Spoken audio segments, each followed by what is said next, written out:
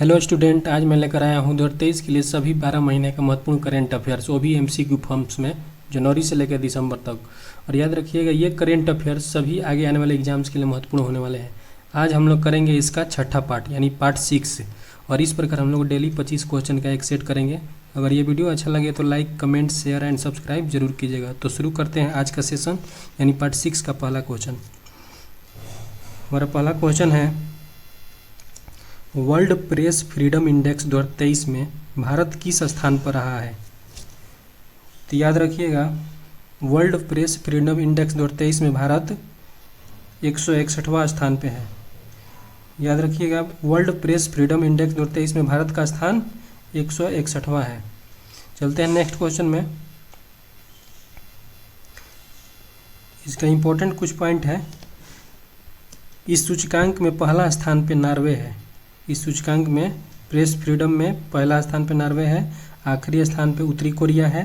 और ये जारी कौन करता है? ये जारी करता है विदाउट बॉर्डर्स पेरिस, फ्रांस के द्वारा ये जारी किया जाता है सूचकांक। चलते हैं नेक्स्ट क्वेश्चन में।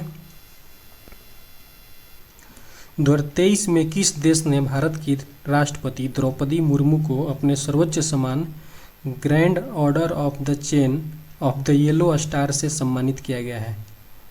तो किस देश द्वारा सम्मानित किया गया है राष्ट्रपति द्रौपदी मुर्मू को? तो ये सम्मानित किया गया है सूरीनाम द्वारा। सूरीनाम द्वारा अपने सर्वोच्च सम्मान द्वारा राष्ट्रपति द्रौपदी मुर्मू को सम्मानित किया गया है। चलते हैं नेक्स्ट क्वेश्चन में। विश्व रेड क्रॉस दिवस 2023 कब मनाया गया है? वर्ल्ड रेड क्रॉस डे 2023 कब मनाया गया है?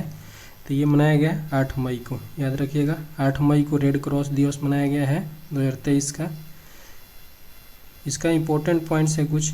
यह दिवस रेड क्रॉस और अंतर्राष्ट्रीय रेड क्रॉस समिति ICRC के संस्थापक हेनरी डुनेंट की जयंती मनाने के उपलक्ष्य में मनाया जाता है। और यह नोबेल शांति पुरस्कार से सम्मानित होने वाले पहले व्यक्ति थे।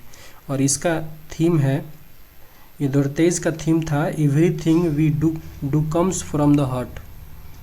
चलते हैं नेक्स्ट क्वेश्चन में। विश्व का पहला एशियाई किंग गिद्ध संरक्षण केंद्र कहाँ स्थापित किया गया है? याद रखिएगा, गिद्ध संरक्षण केंद्र कहाँ स्थापित किया गया है? तो ये स्थापित किया गया है महाराजगंज उत्तर प्रदेश में। महाराजगंज उत्तर प्रदेश में स्थापित किया गया है। चलते हैं नेक्स्ट क्वेश्चन में। वर्ष 2023 में जारी बाघों की नई गणना रिपोर्ट के अनुसार वर्तमान समय में भारत में बाघों की संख्या कितनी है? तो वर्तमान में बाघों की संख्या 3167 है। 3167 है बाघों की संख्या। याद रखिएगा, बाघों की संख्या है 3167 वर्तमान में। इसका कुछ इंपॉर्टेंट पॉइंट्स हैं। यह रिपोर्ट प्रोजेक्ट टाइगर के 50 साल पूरे होने पर प्रधानमंत्री नरेंद्र मोदी द्वारा प्रकाशित की गई है। ठीक है, चलते हैं नेक्स्ट क्वेश्चन में। बृहस्पति ग्रह प्रणाली का अवलोकन करने के लिए किस स्पेस एजेंसी ने जूसी मिशन को लॉन्च किया है? तो जूसी मिशन को कौन लॉन्च किया है बृहस्पति ग्रह प्रणाली का अवलोकन करने के लिए? तो ये किया है ESA यूरोप द्वारा। ESA यूरोप द्वारा लॉन्च किया गया है। इसका कुछ पॉइंट्स हैं। जूसी का फुल फॉर्म होता है जुपिटर आईसी मून्स एक्सप्लोरर। इस अंतरिक्ष यान को एरियन्स 5 VA260 व्हीकल से लॉन्च किया गया है, ये भी याद रखना है। चलते हैं नेक्स्ट क्वेश्चन में। हमारा नेक्स्ट क्वेश्चन है, संयुक्त नौसैनिक युद्ध अभ्यास वरुण 2023 भारत और किस देश के बीच आयोजित हुआ है? याद रखिएगा, वरुण 2023 भारत और किस देश के बीच आयोजित हुआ है? तो ये आयोजित हुआ भारत और फ्रांस के बीच में। याद रहिए, एक नौसैनिक युद्ध होता है, नौसैनिक युद्ध है, और ये भारत और फ्रांस के बीच में आयोजित होता है। इसका इम्पोर्टेंट कुछ पॉइंट है। इसका आयोजन स्थल कहाँ है? तो इसका आयोजन स्थल हिंद महासागर में है। ये संस्करण था 21वां संस्करण था। और भारत और फ्रांस की नौसेनाओं के बीच द्विपक्षीय अभ्यास 1993 में शुरू हुआ था, जिसे 2001 में इसे वरुण नाम दिया गया। याद रखिएगा। चलते हैं नेक्स्ट क्वेश्चन में। इसरो द्वारा सूर्य और सौर प्रभामंडल का निरीक्षण करने के लिए आदित्य L1 मिशन को किस वर्ष लॉन्च किया जाएगा? याद रखिएगा, आदित्य L1 मिशन इसरो द्वारा सूर्य और सौर प्रभामंडल का निरीक्षण करने के लिए लॉन्च किया जाएगा। तो ये कब किया जाएगा? 2023 में किया जाएगा। याद रखिएगा, 2023 में। इसका कुछ इंपॉर्टेंट पॉइंट्स हैं। आदित्य L1 मिशन को PSLV XL C57 रॉकेट से लॉन्च किया जाएगा। आदित्य L1 मिशन का उद्देश्य सन अर्थ लैग्रेनियन पॉइंट 1 यानी L1 की कक्षा से सूर्य का अध्ययन करना है। यह मिशन सूर्य का नज़दीक से निरीक्षण करेगा और इसके वातावरण का तथा चुंबकीय क्षेत्र के बारे में अध्ययन करेगा। चलते हैं नेक्स्ट क्वेश्चन में। फिफ्थ यानी 5वां खेलो इंडिया यूथ गेम्स 2023 की पदक तालिका में कौन सा राज्य शीर्ष स्थान पर रहा है? याद रखिएगा, खेलो इंडिया यूथ गेम्स 2023 की पदक तालिका में कौन सा राज्य शीर्ष स्थान पर रहा है? तो ये रहा है महाराष्ट्र। महाराष्ट्र शीर्ष स्थान पर रहा। पदक जीतने में प्रथम स्थान पे महाराष्ट्र रहा है। इसका कुछ इंपॉर्टेंट पॉइंट्स हैं। इसका आयोजन कहाँ हुआ था? तो यह मध्य प्रदेश के भोपाल में आयोजन हुआ था। ये संस्करण 5वां था इसका संस्करण, और इसका शुभांकरण था आशा और मोगली, और स्मार्ट मसाल था अमरकंटक। याद रखिएगा। चलते हैं नेक्स्ट क्वेश्चन में। हमारा नेक्स्ट क्वेश्चन है, केंद्रीय बजट 2023-24 में किस वर्ष तक सिकल सेल यानी एनीमिया को खत्म करने का लक्ष्य रखा गया है?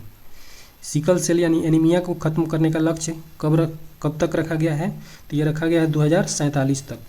2047 तक खत्म करने का लक्ष्य रखा गया है। इसका कुछ पॉइंट्स हैं। सिकल सेल एनीमिया एक खून से जुड़ी बीमारी है। ये असामान्य हीमोग्लोबिन के कारण होने वाली बीमारी है। चलते हैं नेक्स्ट क्वेश्चन में। फुटबॉल टूर्नामेंट संतोष ट्रॉफी 2023 का खिताब किसने जीता है? याद रखिएगा, संतोष ट्रॉफी जो कि फुटबॉल से संबंधित है। फुटबॉल टूर्नामेंट संतोष ट्रॉफी 2023 का खिताब किस टीम ने जीता है? तो ये जीता है कर्नाटक ने जीता है। और ये भी याद रखिएगा, कर्नाटक ने मेघालय को हराकर 54 साल के अंतराल के बाद यह ट्रॉफी जीती है। इसका आयोजन स्थल कहाँ हुआ था? आयोजन स्थल है सऊदी अरब में। सऊदी अरब में इसका आयोजन हुआ था और संस्करण था 76वां संस्करण था संतोष ट्रॉफी फुटबॉल का। चलते हैं नेक्स्ट क्वेश्चन में। किस देश ने कंप्यूटर के लिए ओपन किन नामक अपना पहला घरेलू ऑपरेटिंग सिस्टम लॉन्च किया है? याद रखिएगा, कंप्यूटर के लिए ओपन किन नामक अपना पहला घरेलू ऑपरेटिंग सिस्टम लॉन्च किया है। तो यह किया है चीन ने किया है। चीन ने अपना ऑपरेटिंग सिस्टम लॉन्च किया है ओपन किन के नाम से। चलते हैं नेक्स्ट क्वेश्चन में। ट्विटर को टक्कर देने के लिए किस प्रौद्योगिकी कंपनी ने थ्रेड नामक एक ऐप लॉन्च किया है? याद रखिएगा, थ्रेड नामक ऐप लॉन्च किया है। किस प्रौद्योगिकी कंपनी ने किया है? तो ये किया है मेटा ने एक थ्रेड नामक एक ऐप लॉन्च किया है जो ट्विटर को टक्कर देगा। चलते हैं नेक्स्ट क्वेश्चन में।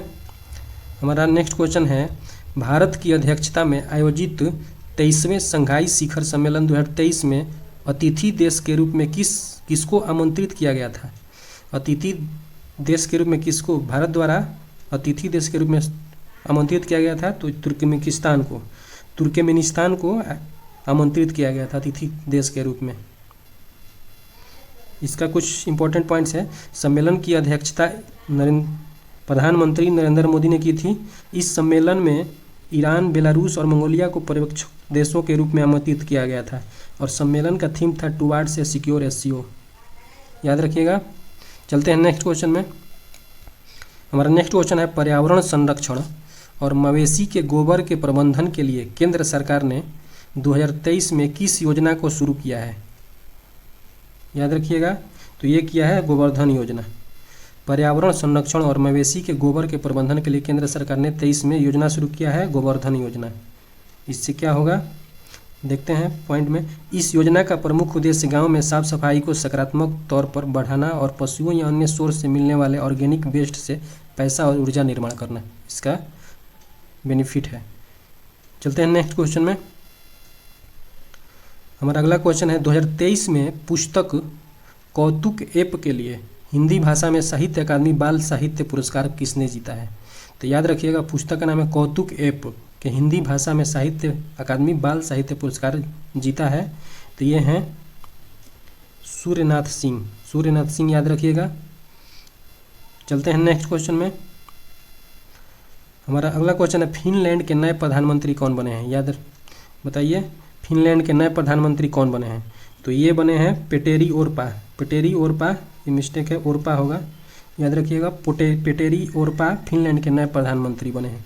ये भी जानना जरूरी है फिनलैंड की राजधानी कहाँ है।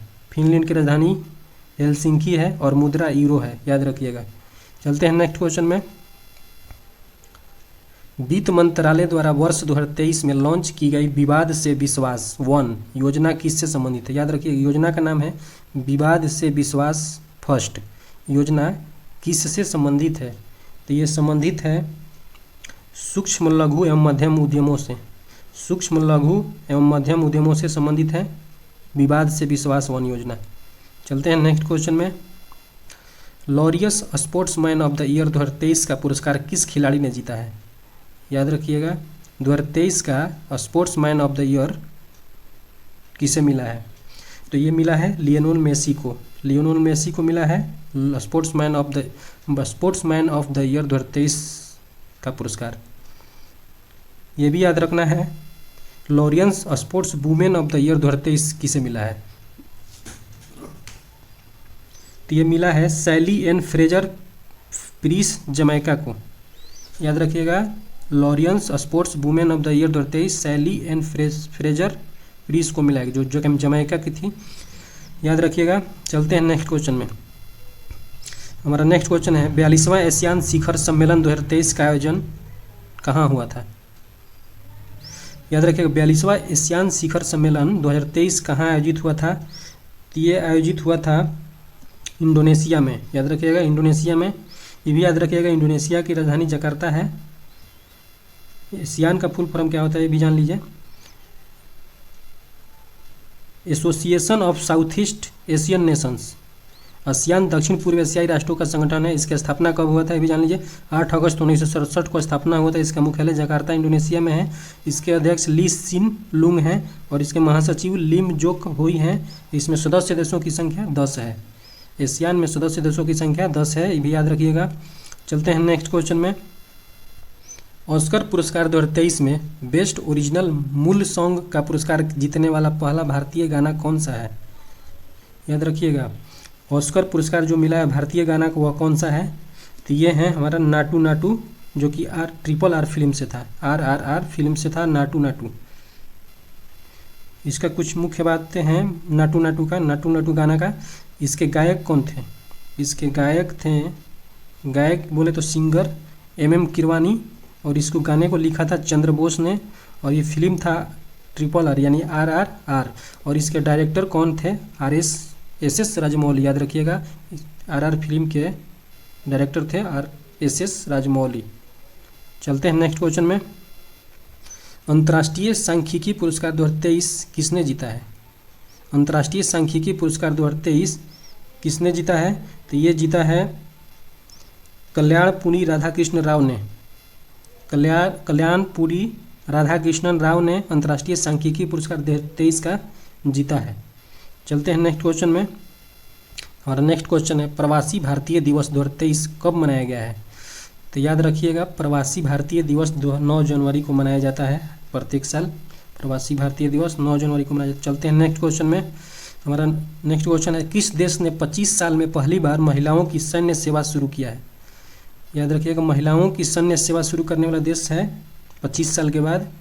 तो ये हैं कोलंबिया देश। कोलंबिया ने 25 साल में पहली बार महिलाओं के लिए सैन्य सेवा शुरू किया है। नेक्स्ट क्वेश्चन आज का हमारा इस सेशन का अंतिम क्वेश्चन 2023 में मिस वर्ल्ड प्रतियोगिता की मेजबानी कौन सा देश करेगा? याद रखिएगा 2023 में मिस वर्ल्ड प्रतियोगिता जो होगा उसका मेजबानी कौन सा देश करेगा? तो ये भारत करेगा। इसका मिस वर्ल्ड प्रतियोगिता की मेजबानी भारत करेगा।